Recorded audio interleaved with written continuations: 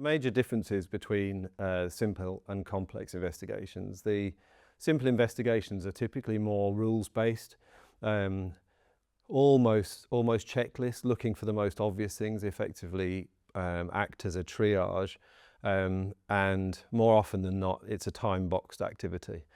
So it's the most operational element of investigations, more repeatable in terms of the time that they take.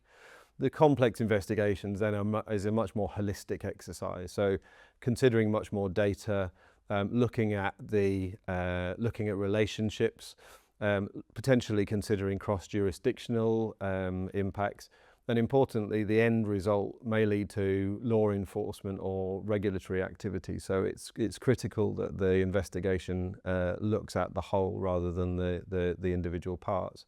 Why those differences matter from an organization's perspective is it helps you design organizational structure. So being able to create teams with typically less experienced investigators to tackle those triage investigations and removing the noise from the system.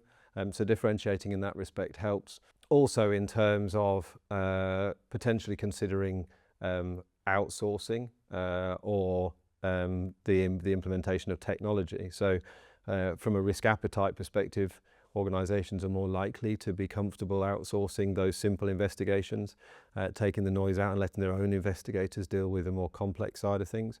But from a technology perspective, also considering what technology to deploy where. So simpler models can be utilized to automate those level 1 investigations, where more complex agentic AI solutions might be deployed to tackle those more complex cases.